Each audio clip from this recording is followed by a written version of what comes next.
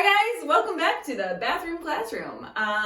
Today we're going to be talking about decimals. You all are pretty good at multiplying decimals and you got real good at dividing decimals, and now we're going to talk about rounding decimals.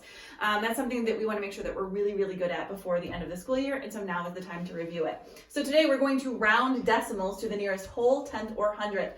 I'm looking here at my very first one. I've got 1 7/10, and I went ahead and I wrote that out on a number line.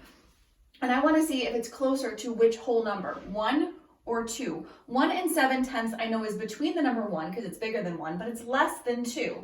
So is it closer to 1 or 2? I'm going to look at this 7 to help me. You can see that the number line flows with the tenths, right? Each tenth is telling us how much bigger the number line is getting, and 1 7/10 is closer to 2. So 1 7/10 is about 2. Now I'm going to go down to rounding to the nearest tenth.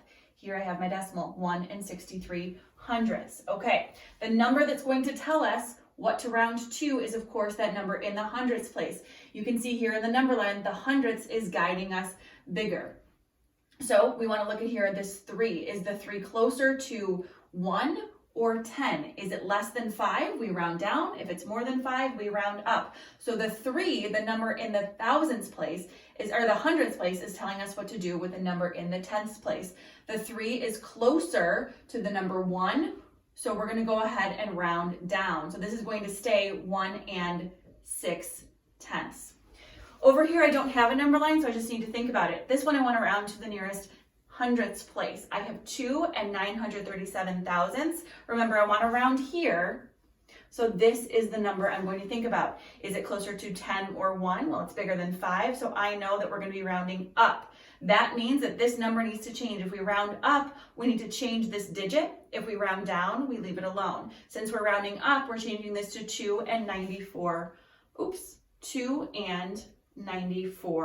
hundredths. This one I want to round to the nearest whole again.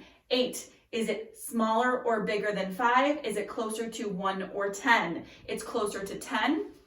So that means we're rounding up. Remember, rounding up means we need to change this number to, I'm going to underline this and circle this. We're going to change this number to 4. So 3 8/10 is closer to 4. Because if you think about it, if you've got $3.80, you're closer to $4 than you are to $3. You want to round that one up to 4. 4 97/100. Let's say that we're going to be rounding this one up to the nearest tenth. This is a tricky one.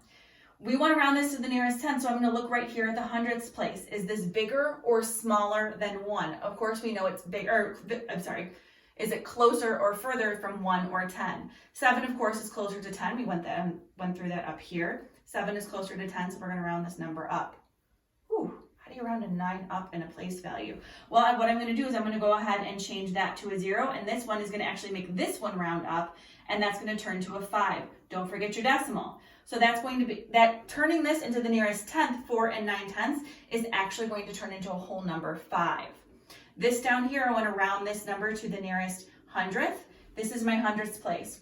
4 is closer to 1 than 10, so I can go ahead and leave this 2 just the way it is and drop that 4. So this is going to be 8 2/100.